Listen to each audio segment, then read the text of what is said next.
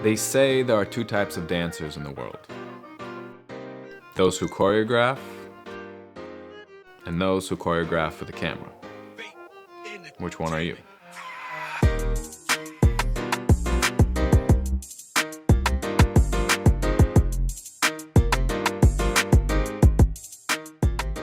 In this section, we're going to look at the ins and outs of choreographing specifically for the camera. This class is not meant to teach you how to choreograph, just like it's not meant to teach you how to dance. Instead, my goal in this section is to define and differentiate choreography for the stage from choreography for the camera, to demonstrate the possibilities, textures, rhythms, layers, and nuances of choreography in films, to highlight the importance of adapting your choreography to the various components of your film, to dissect what it means to be the choreographer on a dance film, how to utilize improvisation in your film, and lastly, and perhaps most importantly, to give you pointers about how to get the most out of your dancers on set. Most dancers and many dance filmmakers come from a classical background. Choreography for the stage is an incredible thing. I've done it, I love watching it, and dance filmmaking is not here to replace it.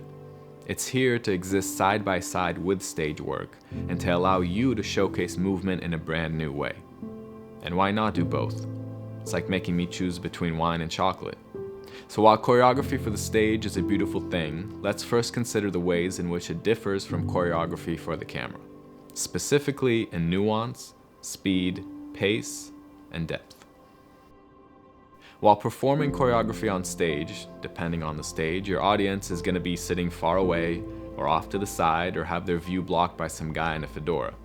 In any case, their perspective is going to stay exactly the same throughout the whole performance, which means they're experiencing your choreography from a singular angle and distance.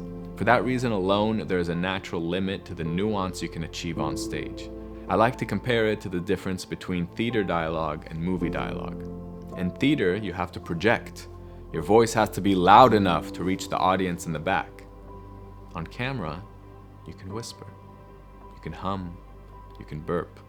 The audience is privy to every little detail. The same thing applies to dance. On stage, movements have to be relatively big for the audience to register them from where they're sitting. But on camera, you can indulge in the small nuances. The fingers moving, the heels clicking, the ears twitching, the shoulder blades tightening. There's a whole new level of detail that you can play with when you're choreographing for the camera. So as you approach your film, as funny as it sounds, think small. Play with the new range of movement that's available to you on camera. The second big difference is speed. On stage, we're stuck with real life. Dancers can move faster or slower, but we're relegated to the constraints of the human body and the real world. In dance filmmaking, you build your own world. You can manipulate your choreography however you want, indulging in slow motion, fast motion, time lapses, repetitions, etc. The ability to watch dance at 1/10 of the speed, or 10 times the speed, is an awesome privilege of dance filmmaking. Now granted, it's really easy to overdo it, so be careful that speed manipulations aren't being overused to cover up lazy choreography or simply to look cool. Speed changes are there to enhance the choreography and help tell your story. For example, in my Old Man film, I sped up the alley choreography by just a little bit to match with the music I chose in post-production. I also used slow motion, but only once, to accentuate the joy my characters were feeling. Keep in mind that the amount of choreography is relative to the speed you present it in. In other words, if you want a 20-second slow motion sequence, that's actually only 5 seconds of real-time choreography. Another big difference is pace. Because we're able to switch angles on the same movements, the pace of your choreography is extremely fluid on camera. For example, we can see this angle of a dancer waving, then close up to the same wave to see the nuances of it, and only then reveal that another dancer is waving too. On stage, that entire choreography would be instantly visible to the audience. On camera, we're able to manipulate the pace and rhythm at which the audience discovers our choreography. Filmmaking allows you to shape and manipulate dance, to introduce layers on your own time, and steer your viewer's experience in a way that enhances your story. With smart editing, it also allows you to skip boring transitions and jump right into the next beat. On stage, we're relegated to seeing dancers scurry to the wings. But on camera, we can trim the fat, so to speak, cut those unnecessary moments, and be much more efficient with what we present to our audience. Lastly, choreographing for the camera allows us to indulge in a depth of movement you otherwise wouldn't have. By positioning the camera in different ways, the same piece of choreography can look drastically different. You can cut off certain body parts, accentuate certain body parts, hide certain body parts. You can play with the camera's focus to dictate where the viewer's eyes drift to.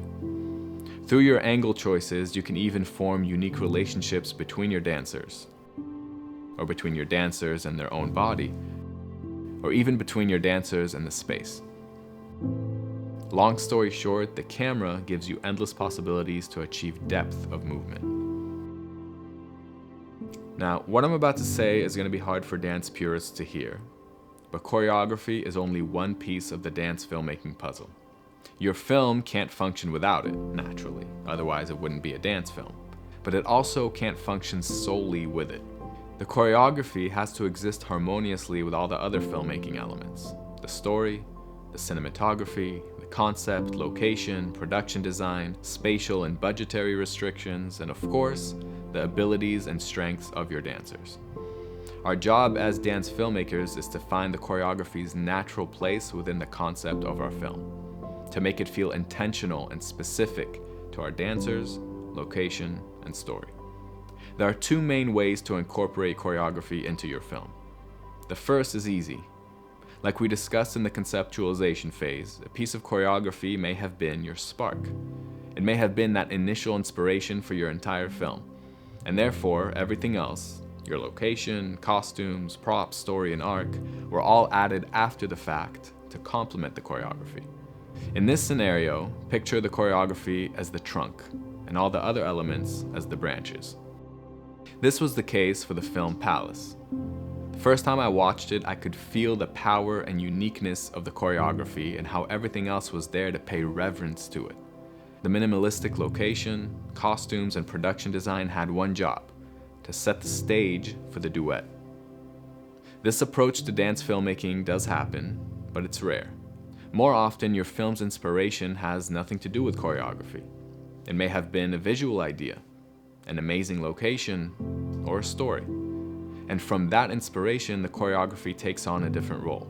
It's there to uplift your spark, to conform like water to the shape of your concept. The movements you create need to be alive. They need to be adaptive and reactive. Choreography in filmmaking doesn't exist in a vacuum, the way it does in dance class or a dance video. It must fit in holistically with the film's concept. In other words, choreography needs to be a team player. Let's look at some ways in which we're asked to adapt our choreography in dance filmmaking. First, adapting to your dancers. Imagine you find an incredible performer who can't do the particular piece of movement that you choreographed. Should you fire them? Should you force feed them the choreography? Should you call their mother and ask her why she didn't enroll them in ballet as a kid? No. You should rethink the movement language. Strong performers are like gold, and we must protect them at all costs.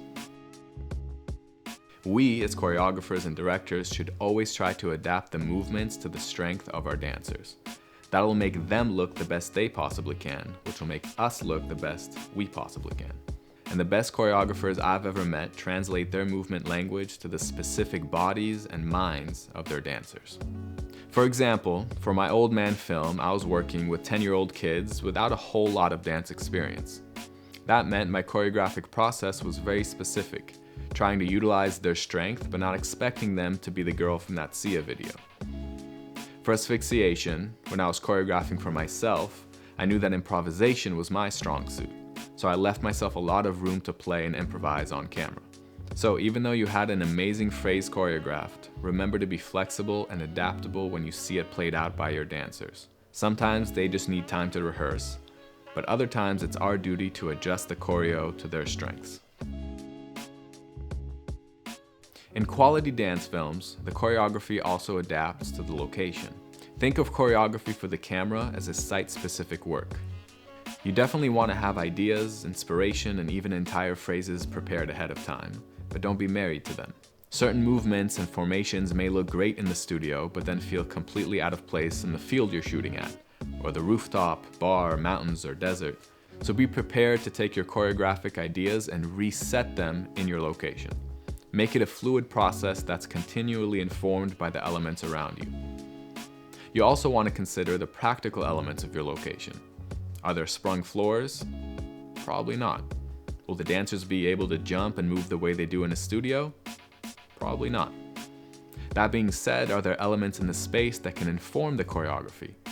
A crumbling wall, a pillar, a mountain, a fence, a row of seats, an orange, a basketball hoop. Again, that's the fun of choreographing a site-specific work. For example, consider this short phrase of choreography. Now let's see how we can adapt it to this staircase. For example, instead of having the dancer do the phrase in one spot, what if we have them walk down the stairs while doing it? What if we add a few counts where they interact with the wall? With a person passing by? Now let's imagine them in a field. What if we incorporated the flowers somehow? Or had them doing the choreo lying down in the field while the camera is up above? You always want to think about ways to integrate your choreographic ideas to your specific location. Let's look at some dance films that succeeded in marrying their locations with their choreography. Toy Box. In this film, the dancer literally treats the entire backyard as her movement playground. It transforms the location from just a random yard to an integral piece of the choreography and the story.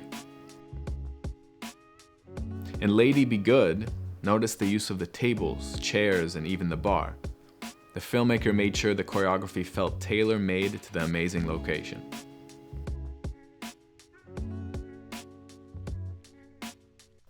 Lastly, you'll want to conceptualize your choreography with a camera in mind. The fun of dance filmmaking is that you're not limited to that proscenium point of view.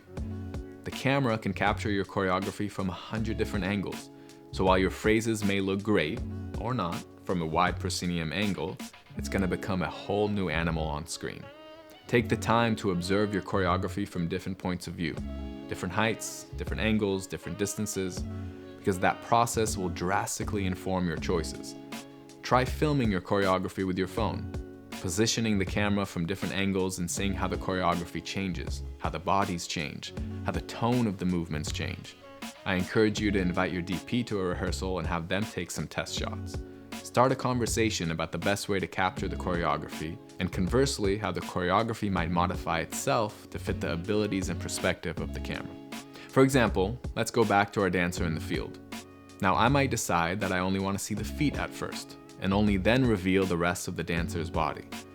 So that may mean prolonging the first phrase of choreography, repeating it an extra few times so I don't waste that beautiful movement while the camera is still just focused on the feet. You may also rethink your dancer's formation once you see it on camera. Seeing them from the side, from the bottom, or from up above may give you new ideas. Maybe to put them in a circle, or a V, or a straight line, or perhaps switching from one formation to the other during the phrase. This is the kind of conversation the director, cinematographer, and choreographer should be having. An ongoing dialogue about the best way to capture your choreography, and conversely, the best way to adapt your choreography to the camera. Some of you may want to direct and choreograph your film, while others prefer to collaborate with a choreographer, leaving the movement language to somebody else. Both ways are extremely rewarding, but require a different process.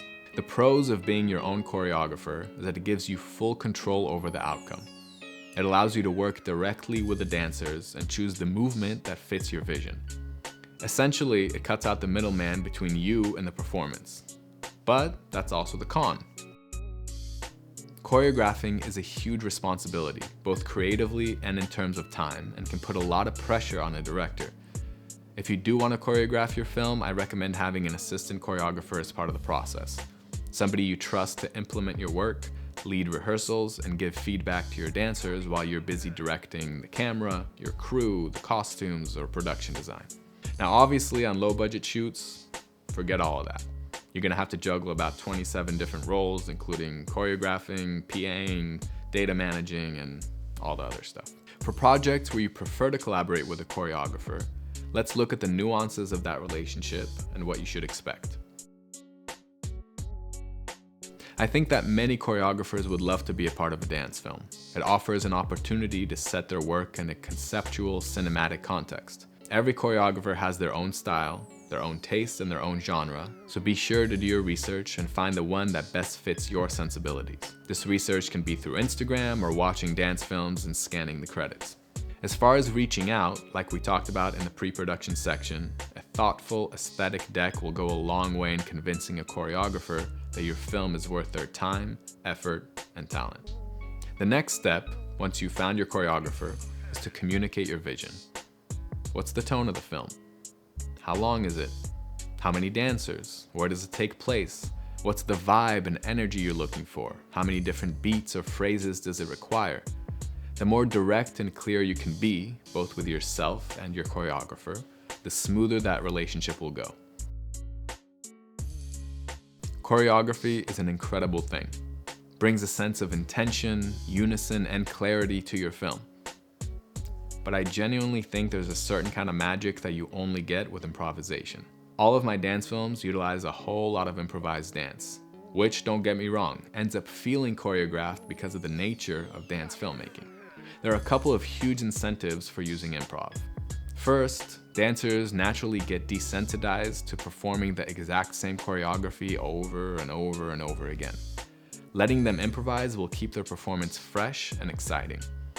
There are also certain movements or moments that you simply can't plan for, that you can't choreograph.